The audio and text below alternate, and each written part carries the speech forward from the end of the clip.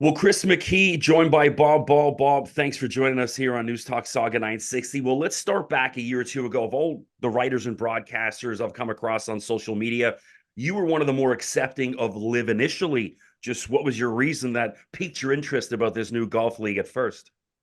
Well, one, I'm a huge golf fan, and two, I was excited about the idea of having teams and doing something different in golf. I felt, as much of a golf fan as I am, I thought that it had room to grow and innovate and change. And so when Live came along, I said, well, this is really interesting. They want to do teams, and they'll still have individual competitions. It seemed to have a focus that was not just in the United States, but it was pretty clear that they wanted to go to other areas of the world. I thought that was really important because I think that the PGA Tour, as much as I've loved it, has not gone out in a major way to areas of the world where I think we could bring more kids and more fans into golf and so forth. So I was excited about it. And I went to the first event in the United States that they had, which is in Portland, Oregon, where I'm sitting now in the rainy weather. And when I went there, there were some protesters, and I was like, "Wait a minute! Like this doesn't add up." I'm very involved politically in Portland, Oregon, have been, and I know the capital markets. And if you know the capital markets, you know that PIF, the main investor in the Live Tour, they're everywhere. And there's a reason that North Korea cannot trade on our exchanges. We have CFIUS in the U.S. government decides who gets to invest, who doesn't, who can buy stocks, who doesn't. So really a dollar into any business or into any investment is the same as a dollar into a stock. And I'm like, why are they picking on a bunch of golfers for any anti-Saudi sentiment there may be? That's just as cynical, and it's not intellectually honest. And so that's what got me interested in writing about golf. I'm like, this isn't right. This is a great new idea. Why is everybody, what is behind this? And it turns out, we find out later that the PGA Tour hired clout and did all of this stuff to, and I thought, to personally hurt those players like they did, that went to play at Live, was wrong. And to drag the families of 9/11 and victims of 9/11 into golf, when they, especially when we found out later they really didn't mean it, they were willing to sit down and do a deal, was just, to me, unconscionable. And that's what got me interested. Yeah, I'm the same, but I'm a little bit more politically astute perhaps than the average golf writer. And I understood that the Saudis own, Right. anywhere between 5 to 10% of the American economy. And I was like, why are you Right. hating on a guy with a Titleist or tailor-made hat? This doesn't make. Right. And also, my parents are from Liverpool, England, so I'm a big English Premier League fan. And I know they've been involved with that for years and nobody batted an Yes. eyelash, but guy's got a golf Yeah. club, it's a problem. So we're kind of on the Yeah. same boat as that. So Yeah.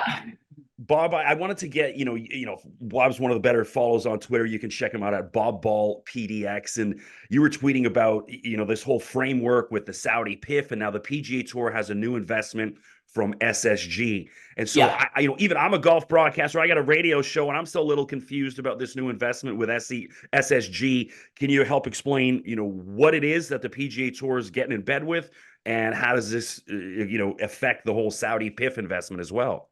Yeah. Well, first of all, the PGA Tour has been a nonprofit entity, essentially. And they essentially run at a break even, frankly. By the time they pay their players and pay all their management and staff, they don't make a lot of money. They generate a lot of charity dollars through the local organizations, actually do all the hard work and get the money to the charity. So what's happening now is they're creating a commercial for-profit entity that will own the profit-making assets of the PGA Tour, TV rights, things like that. And so they're going to change the structure, and put it into a for-profit model, which is why now they have these investors, SSG, which includes Steve Cohen, Arthur Blank, folks like Redbird Capital. There's a whole list of people doing it. But really, I mean, stepping back, that is a result of PIF investing in Live becoming a competitor, and frankly, the PGA Tour started promising their players things that they didn't have the money to do.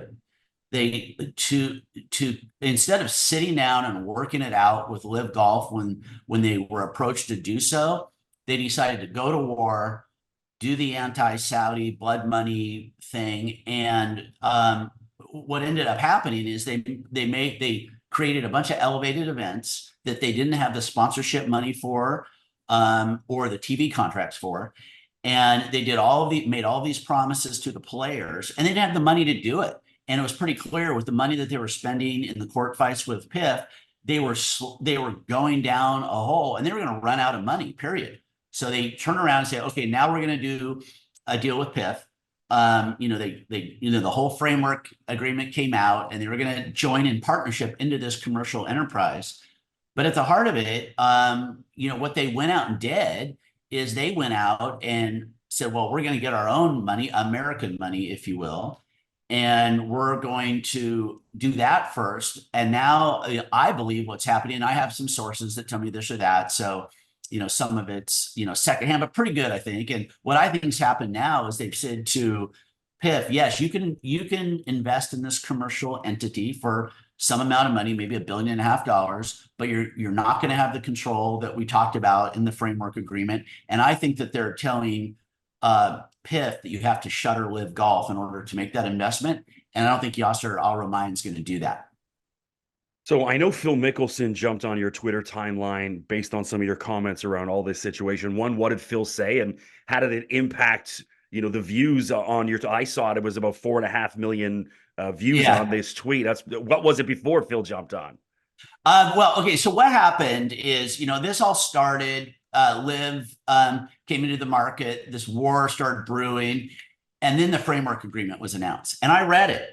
And I've gotten institutional investment capital before in my business. I know what these agreements look like. I know what they say. And I saw the talking points coming out of the PGA Tour and the golf media. And they were all saying, oh, Liv's going to shut down. Jay Monahan's going to be the new boss of it and all this stuff. And I'm reading the agreement. I'm like, that's not what this agreement says. In fact, they said they're going to evaluate Live Golf, and and everybody talked about that part, and then they said they're going to shutter it. But the second part of that said they're going to evaluate it, but then they're going to figure out how to make team golf work. And the most important thing that I saw was it talked about how PIF would have, the tour and everybody else was saying that they would be in full control. I read the framework agreement, and in there it said that PIF would have what are called veto consent rights, or we call them major decision rights. And what that means is if I'm, forming a new company and I get institutional capital that comes in, we have a business plan. And if I cannot vary from that business plan without their permission. I can't go out and sell the business without their permission. I can't go get investment capital or spend a certain amount of money. And the framework agreement said this, and everybody was saying, oh no, the PGA Tour is going to be in full control. And I'm like, wait a minute. And so I actually waited for people to golf reporters to write about it, and nobody got it right. Nobody. And I was shocked. They had KVV from No Lane Up was on the Rich Eisen show, and he was their contract expert talking about it. And, no offense to him, but he got it wrong. And so finally I just decided I wrote it myself. I think it was like a Wednesday night or a Sunday night. And I go to bed early. And by the way, I'm new to Twitter. I don't know how it all works. And I don't know how to do notifications and all that stuff. It was just set on whatever set. I post it and I go to sleep fast usually. So I go right to sleep. I go down when I go down. And pretty soon I get woken up. My God darn phone is buzzing and beeping and yakking away. And I'm looking at it. And I actually think, before Phil ever weighed in, I get up in the middle of the night. I was trying to turn my phone notifications off, and I couldn't figure out how to do it. It turns out you have to do it from the iPhone and not the app. And so I literally had to go put it in my closet. I had to walk to my bathroom and bring it in there. But I was up to several 100,000, 400,000.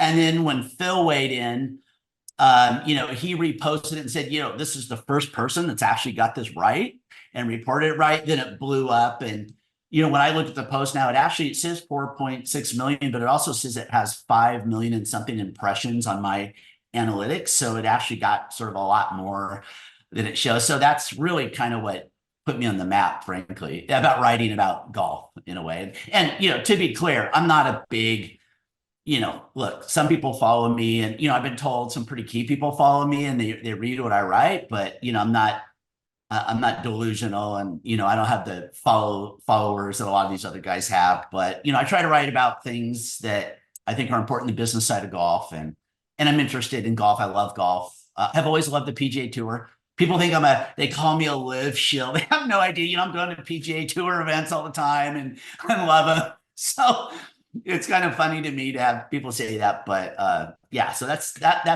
how that happened, and it was pretty interesting for me, and frankly exciting to have somebody like Phil Mickelson say that and retweet that was pretty cool for me. So.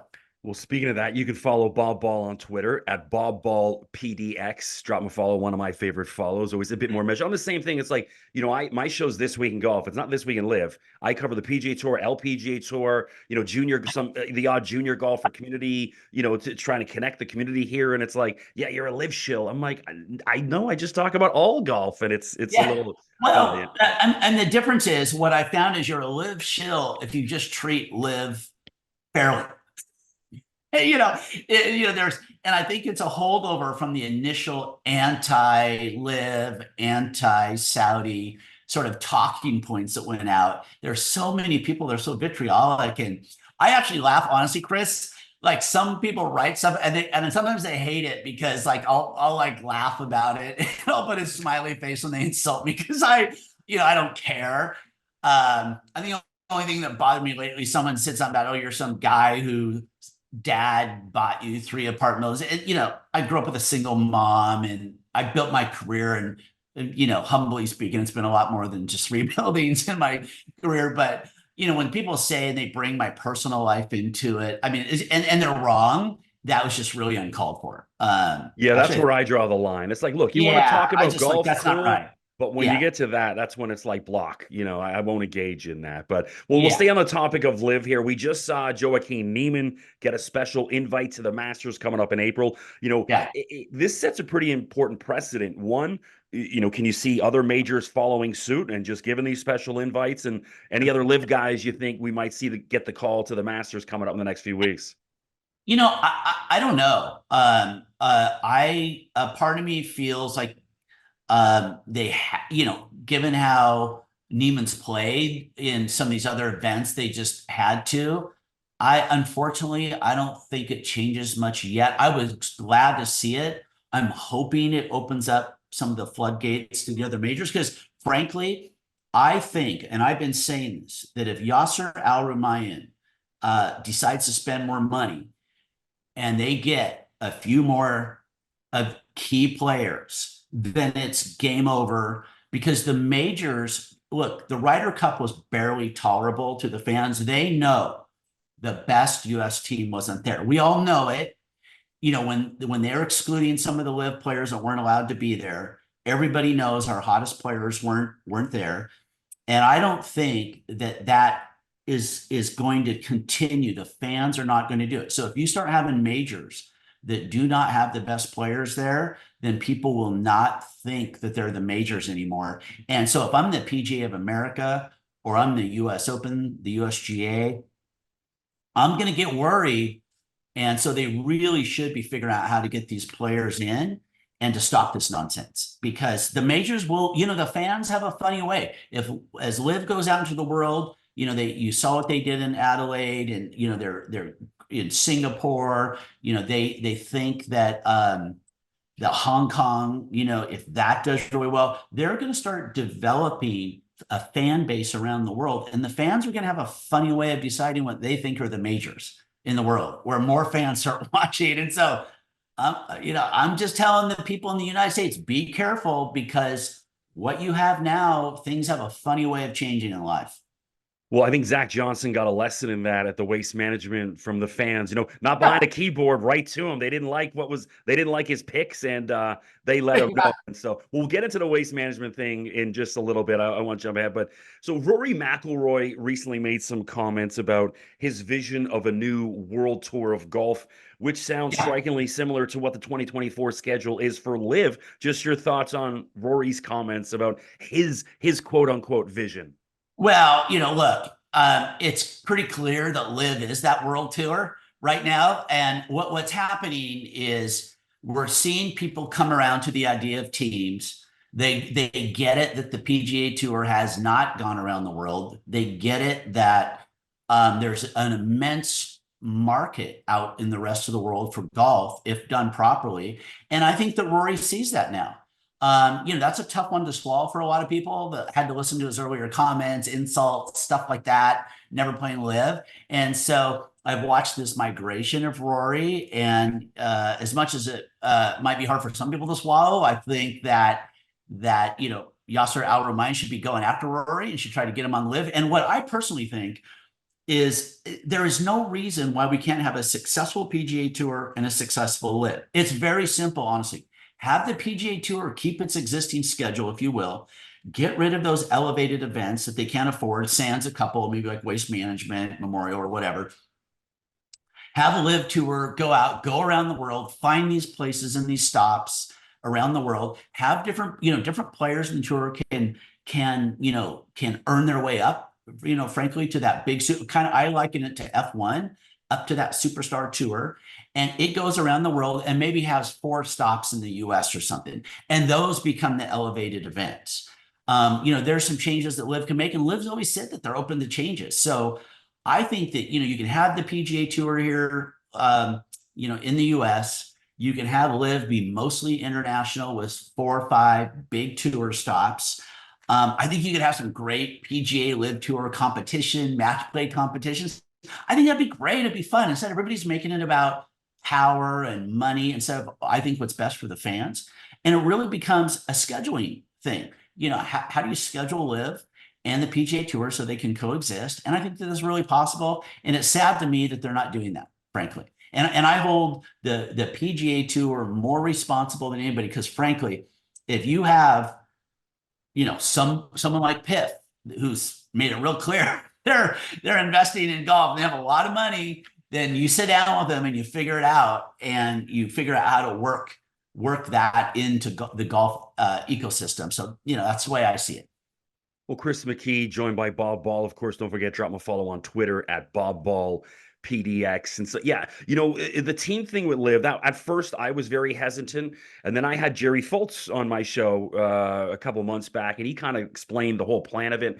And it made a lot more sense to me. Even, we see this past week, Tiger Woods withdrawing from the PGA Tour event. If he's on Team Sunday Red, the captain of Team Sunday Red, is he so quick to bail out, even if he's not playing so well? Right. Right. There's so many opportunities with the teams. Who can own them?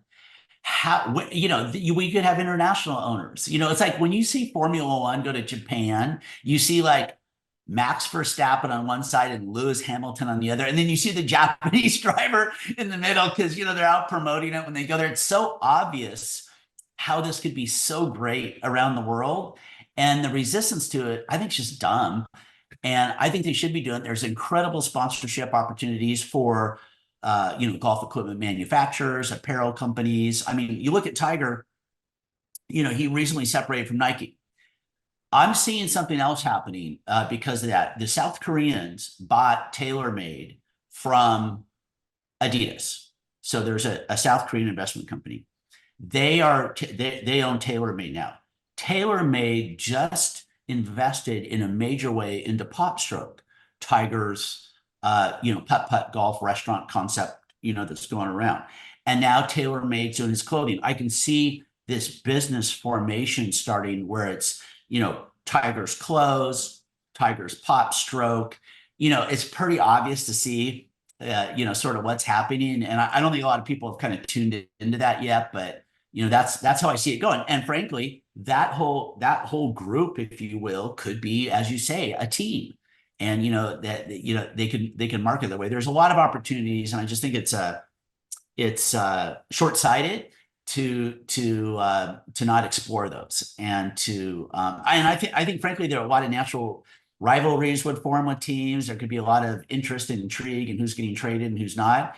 And one other thing I would want to point out, the teams could be more than just the 4 people that are Live. They can have a 12-man roster. They can have a 15-man roster where maybe someone's only getting paid $100,000 a year, or whatever, some small number. And maybe you have stars that are getting paid a whole lot to be on those teams. But the 4 best players, let's say one of the lower players on the team wins a PGA Tour event 1 week. Now, maybe they want to, bring that person to the big event, to the F1, if you will. And so I think they have all those possibilities, and I think that would make golf a lot more exciting.